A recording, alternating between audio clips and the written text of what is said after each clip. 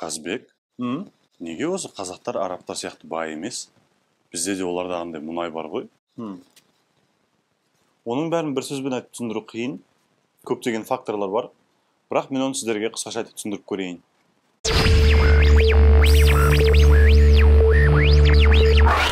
Біріккен Араб Әмірліктері жайлы екінші видеоға қош келдіңіздер. Бірінші видеоны көрмей қалсаңыздар, мына жерде сілтемесін қалдырам, соны басып көре аласыздар. Біріншіден екі мемлекетті салыстырып көрейік. Біріккен Араб Әмірліктерінің жер көлемі 83.600 шаршы километр. Карлик елдерінің қатарына кіреді. Халық саны 10.207.000. Gross Domestic Product немесе жалпы ішкі өнімі 421 миллиард доллар. Ал Қазақстанның жалпы ішкі өнімі 163 миллиард доллар. Жер көлемі 2.724.900 шаршы километр. Әлемнің 9-шы алып елі. Халық саны 18.711.000. Сандармен салыстырып біттік. Адам саны мен жер көлемі бойынша бізден аз болғанымен, ақшалар бізден көп. Бізде де оларда да мұнай бар ғой. Неге олардың ақшасы бізден көп? Мұнай қорынан Біріккен Араб Әмірліктері әлемнің 7-ші бай елі, 97 миллиард баррель. Ал Қазақстан 30 миллиард баррельмен 12-ші орында тұр. Біріккен Араб Әмірліктері 7 әмірліктен құрылған федеративтік мемлекет. Бірінші видеоны көрген болсаңыздар, Біріккен Араб Әмірліктерінде барлық мұнай тек қана Абу-Даби әмірлігінде бар екенін білесіздер. Абу-Даби бай болғандықтан, оның әмірі ел президенті болып тағайындалады. Айтпақшы, президент елдегі ең бай адам. Оның қаржы жағдайы 18 миллиард доллар. Және де оны ешкім халықтан сырда ұстамайды. Бәрі де ресми түрде оны біледі. Біріккен Араб Әмірліктерінде барлық 7 әмірліктің бәрі бірдей шіріген бай емес. Мысалы, Аджман әмірлігі ең кедей және ең кішкентай әмірлік болып есептеледі. Тек туристер мен Абу-Дабиден алып тұратын дотацияның арқасында өмір сүреді. Ол жақта ешқандай инфраструктура жасалмаған. Дұрыс жол жоқ. Жаяу жүргіншілер үшін жолды мүлден айтпасақ болады. Арасында қаланы шаң басып тұрады. Біздің қалалардың көбісі бұл қаламен салыстырғанда Нью-Йорк болып қалады. Бірақ оған қарамастан туристер қаптап барады Аджманға. Өйткені гостиницалар Дубайдан 3-4 есе арзан. Теңіз бен пляж бар. Дубайға 20 минут ішінде жетіп баруға болады. Және де ол әмірлікте алкогольді заңды түрде сатып алып ішуге болады. Соның өзінде ең кішкентай және ең кедей әмірліктерінің азаматтары өте бай тұрады. Неге олай? Оның бәріне келесі 8 пунктпен жауап берейін.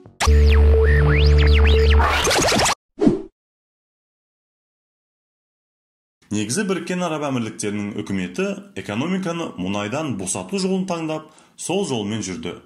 Демек, қазіргі күні мұнай ел экономикасының тек қана 30%-ын құрайды. Демек, мұнай бағасы құлап, дағдарыс басталып кетсе, ел экономикасы қатты зардап шекпейді. Ал Қазақстанның экономикасының 85%-ы мұнайға қарап қалды. Қалған 15%-ы басқа қазба байлықтар мен басқа секторлар. Жалпы мұнай бағасы әрдайым жоғары болған жоқ.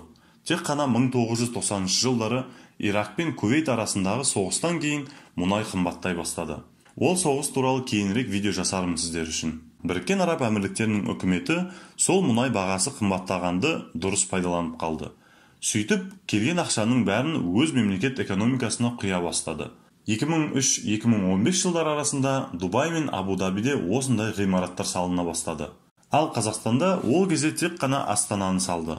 Одан кейін 2014 жылы Ресей Украинадан Қырым жерін тартып алып, аннексия жасағаннан кейін мұнай бағасы 2 есе төмендеп кетті.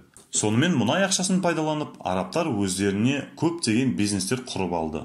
Мұнайдың бағасы арзандаса, Қазақстанның валютасы да әлсірейді және девальвация болып теңге құнсыздана бастайды.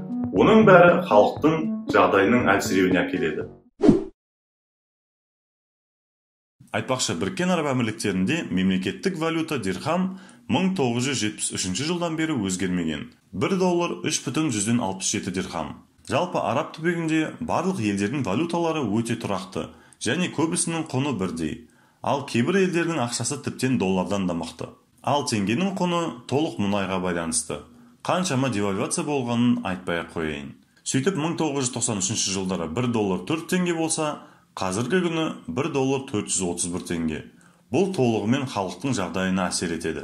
Осы жерден бөліп жіберейін. Егер мені тағы басқа көптеген видеолар шығарсын десеңіз, менің каналыма тіркеліп, жанында тұрған қоңырауды қосып қойыңыздар. Мен видео шығарған кезде сіздерге бірден хабар келеді. Және сіздердің тіркелгендеріңіз маған мотивация болып, бұдан да көп видео шығаруға көмек береді. Ал енді жалғастырайық. Сыртқы политика.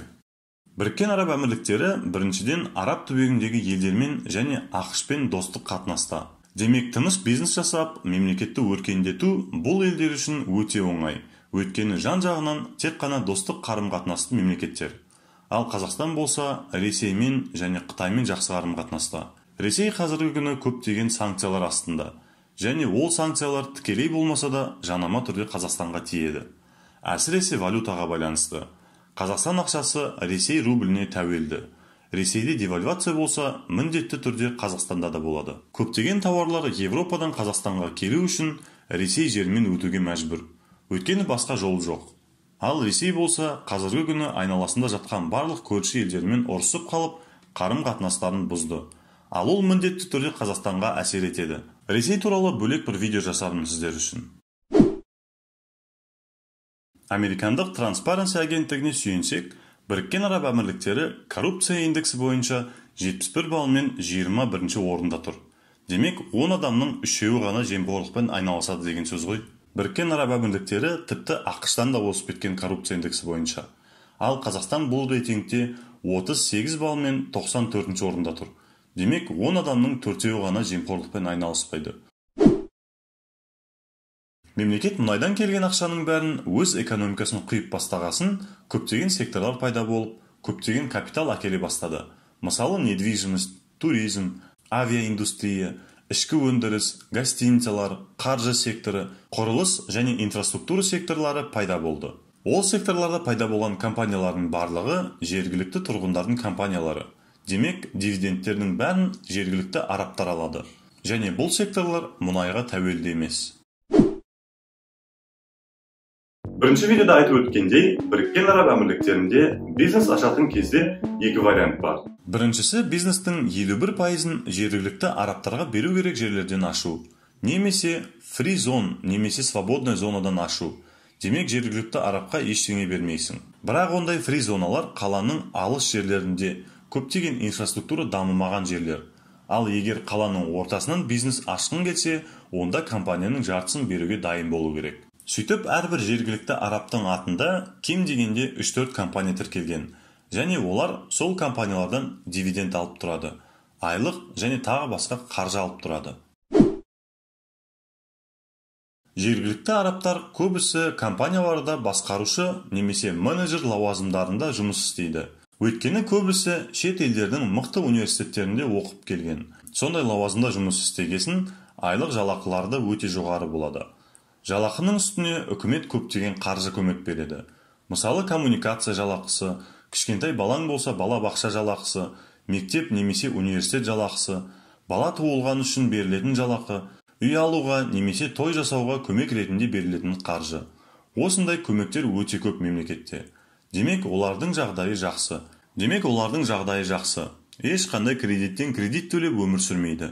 Айтпақшы, кредит ставкалары өте төмен, орта есеппен 3,5%. Жалпы Біріккен Араб Әмірліктерінің экономикасы туралы бірінші видеода айтып өткендей, ел экономикасы үлкен бір бизнес корпорация сияқты. Және дивидендтерді де арабтар алып тұрады. Елдегі бүкіл үлкен компаниялар жергілікті араб компаниялары. Мысалы, Fly Dubai, Emirates, Majid Al Futtaim, Adnok, Emar, Damak және тағы басқалар. Қазақстан өкінішке орай қазіргі күні барлық экономикалық индекстерден Африка елдерімен қатар тұр.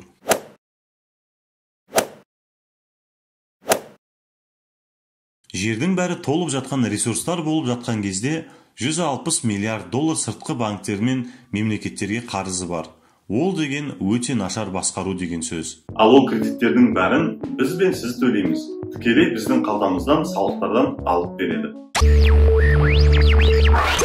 Коррупция ешқашан жақсылыққа әкелмейді ағайын. Егер дамыған елдердің арасында болғымыз келсе, жақсы өмір сүргіміз келсе, коррупцияны жою керек. Ең болмаса сол кезде мемлекеттен талантты жастар кетпейді. Қорытындылап айтсақ, Біріккен Араб Әмірліктерінде басқа да дамыған елдердегіндей ең маңызды ресурс ол өзінің халқы. Халықтың жағдайы жақсы болса, экономикада өз орнымен жақсы жүреді. Бұл туралы не ойлайсыздар? Комментарийге жазып, өз ойларыңызбен бөлісіңіздер. Осымен біріккен Араб Әмірліктері жайлы екінші видеоның соңына жеттік. Бірінші видеоны көрмесеңіздер, мына жерде сілтемені басып, сол видеоны көре аласыздар. Бұл каналда мен сіздерге әлем елдерін таныстырамын, және ол елдер туралы қызықты ақпараттармен бөлісемін. Бұндай тақырып қызықты болса, менің каналыма тіркеліп, қоңырауды қосып қойыңыздар. Бұл видеоны достарыңызға таратыңыздар, олар да біліп жүрсін. Және де бұл видеоға лайк басуды ұмытпаңыздар. Сіздермен болған мен Қазыбек, келесі кездескенше.